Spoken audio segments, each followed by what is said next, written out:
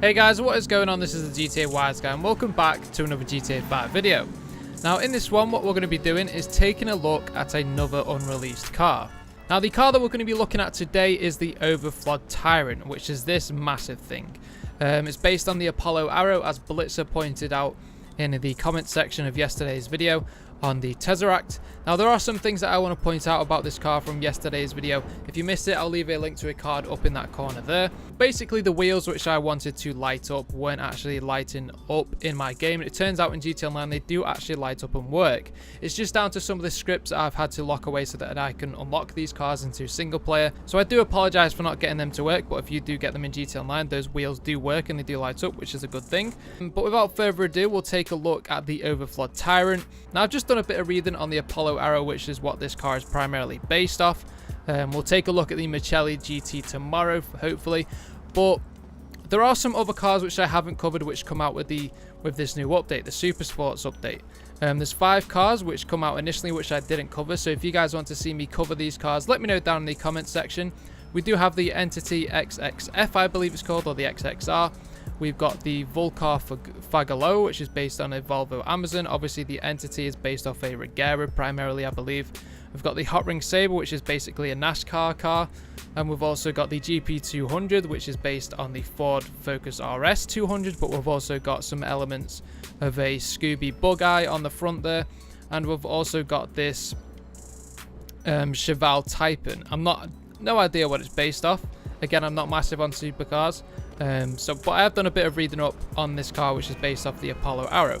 So without further ado, we'll jump in the car. It's got massive gull wing doors. We'll see what the customization is like. Now, I believe this car is still in the concept stage. They've got some prototypes going, but they reckon it's going to be just under 1,000 horsepower. It'll do 0 to 60 in 2.9 seconds.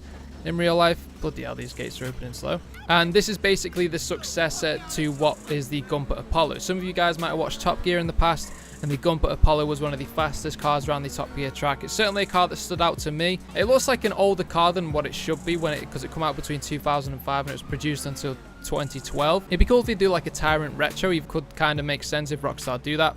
I would like to see a Gumpert Apollo come to GTA Online. It's certainly one of my favorite supercars. Even though it doesn't look great, it's certainly a cool supercar that would be great to have in GTA Online. Now quickly before we jump into customs, we'll take a listen to the sound.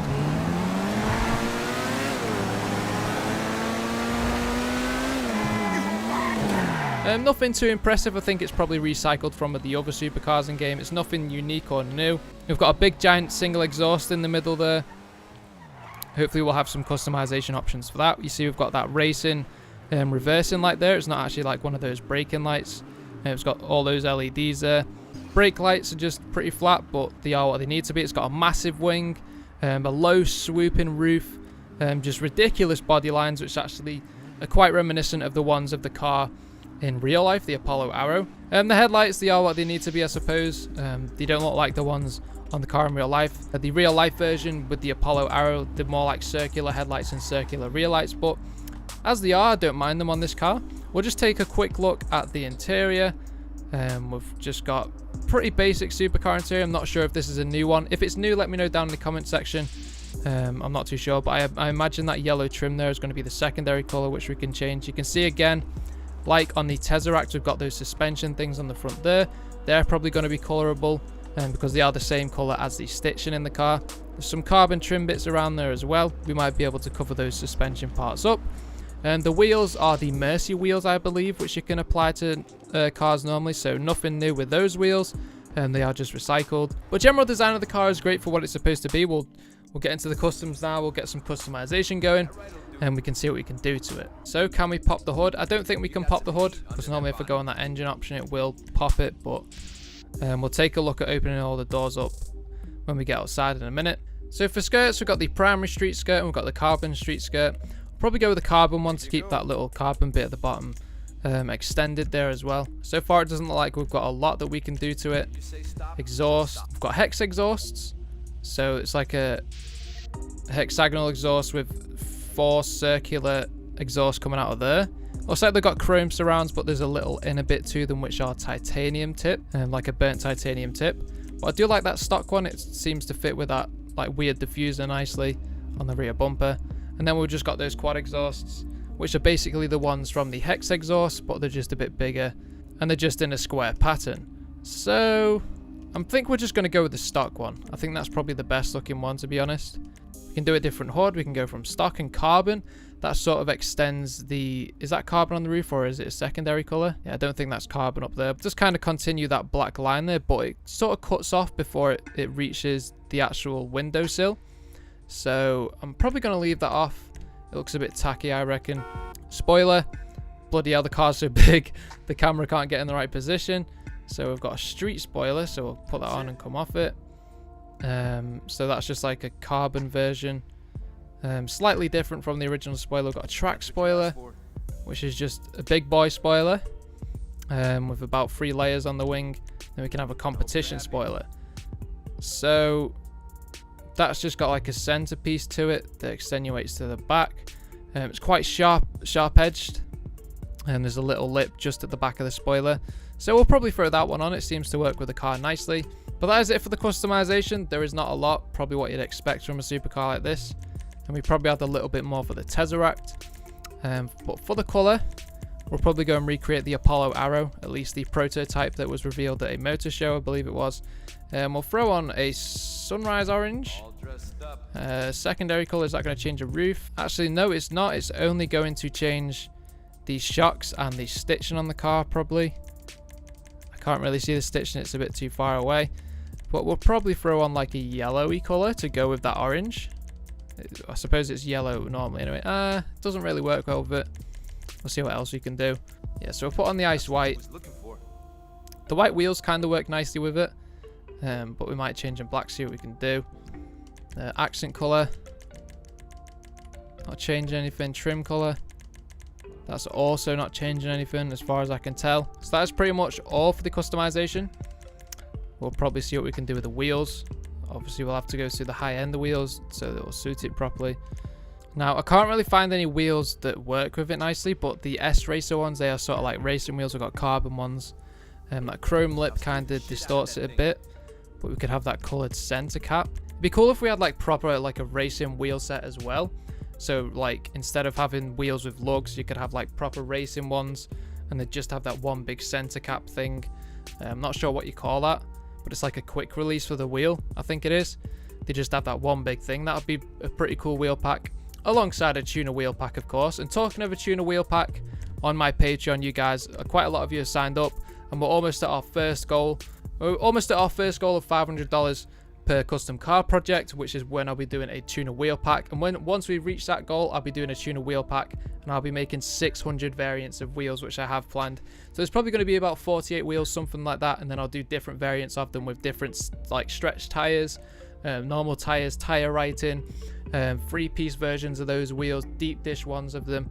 So there's going to be loads of different variants. If you guys want to go and help me reach that goal, I'll leave a link to my Patreon up in the corner there now for you guys to support my custom car projects. And talking of custom car projects, I normally do one for every one of these cars that come out. I do have quite a few planned. The Vapid Ellie, hopefully I'll be releasing at the end of this week. But for this Tyrant, I'm probably not going to do anything for it. It is what it's supposed to be, unless I completely destroy it and turn it into something else. Let me know what I could probably do to it down in the comment section if I were to do a custom variant of this car. So there we go, sunrise orange on the wheels. They look like kind of cool racing ones. We've got the carbon trim that goes with the rest of the little carbon bits on the car. The only thing that really ruins those wheels is the chrome lip around them. It would have been cool to either have those like orange or carbon to go with the rest of the carbon on the wheel. But without further ado, actually we'll throw on that stock carbon hood. Even though the line sort of ends a bit prematurely, we'll just throw it on. Anyway, that is all for the customization. Let's go and see what it's like performance-wise. Hopefully it's not a letdown like the Tesseract was. I know a lot of you guys were disappointed with it as well. But even still, if the performance isn't great, if you like the looks of the car, that shouldn't dissuade you from buying it.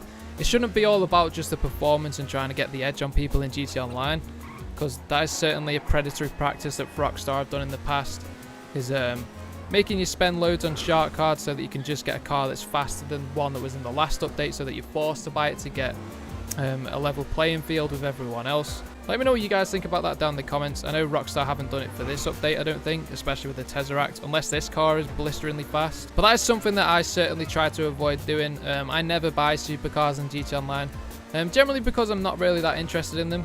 I'm more of a street guy on GT Online. I like to mess about in free mode more than just doing online races, doing pulls and drags and drifts and stuff, and drifting and stuff like that. If you guys are more about racing in GT Online, is it more tempting to buy a faster car to get an edge on people, or is it more tempting to buy a car based on its looks? Let me know down in the comment section what makes you more inclined to buy a car. Now, the reason it's predatory is obviously if there's a car that's come out in this update that's faster than one in the last update, for you to get on a level playing field with the rest of the competition, you then have to buy that car to be as fast as everyone else, which means you then have to, if you don't have the money, you're probably going to go and buy shark cards, and then you're going to go and either have to grind to go and get that money to buy that car to be on the same level as everyone else, which is predatory and it's pay to win, and it's completely shoddy move by Rockstar, and I hate the fact that they do it. This car does seem very quick, to be fair.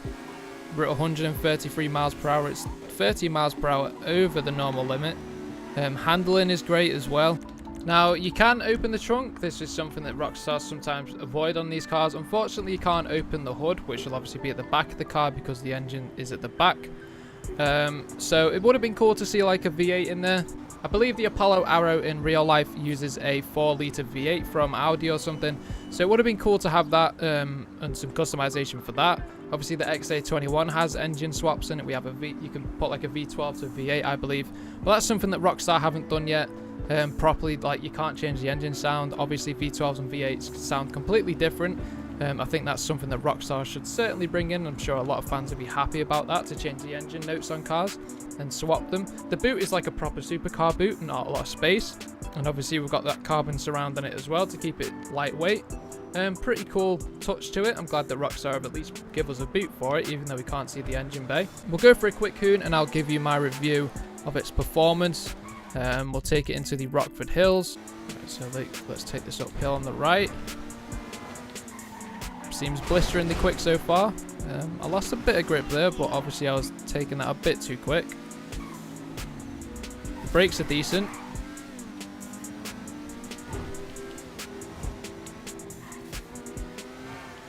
Let's see how it does downhill. Do a bit of a slalom around here. Ooh, that is very good handling. I was able to control that quite easily with a bit of brakes and throttle control. Hug the inside line around here. That was very good. Hug the inside line around here. Let's try and force it to lose traction left and right. It doesn't really lose traction at all. It's very easy to drive.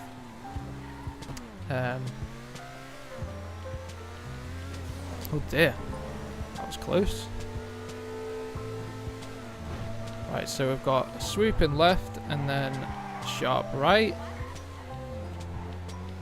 This is fast. It's not too quick out of the corners, but its handling is amazing. Probably one of the best cars that I've driven on GTA. But it is a massive boat, to be fair. Right, we've got quite a steep downhill. Lost it a bit there. But regardless, even if you try and lose control of it, it's just not going to work. It just hugs the road. The performance on this is amazing. Oh dear. Now, I'm not too sure how this is going to perform in GT Online races. I don't drive too many cars in... I don't drive too many supercars in GT Online anyway. I think the only supercar I've got in the game is the Adder. So you guys will have to let me know when this comes out, what it's like on GT Online. I'm sure Bruffy's going to cover this. Ooh, look, we've got a carbon under tray. So that's probably what you need from a race car. Just noticed an air filter on the back of the car there, right at the bottom by the transmission. Kind of weird. But anyway, guys, that's pretty much all for this video. I'm sorry for my shoddy performance review, but I tend to keep it to the street. But anyway, guys, that's pretty much all for this video. If you enjoyed it, be sure to leave a like on it. And if you're new, do not forget to subscribe, so that because I'll be covering all of the other unreleased cars. Well, we've only got one more. I've got the Michelli GT. But if you guys want to see some of the released vehicles already, if you want to see me cover them, let me know down in the comment section. Without further ado, that's pretty much all for this video. Thanks for watching, and I hope to see you in the next one.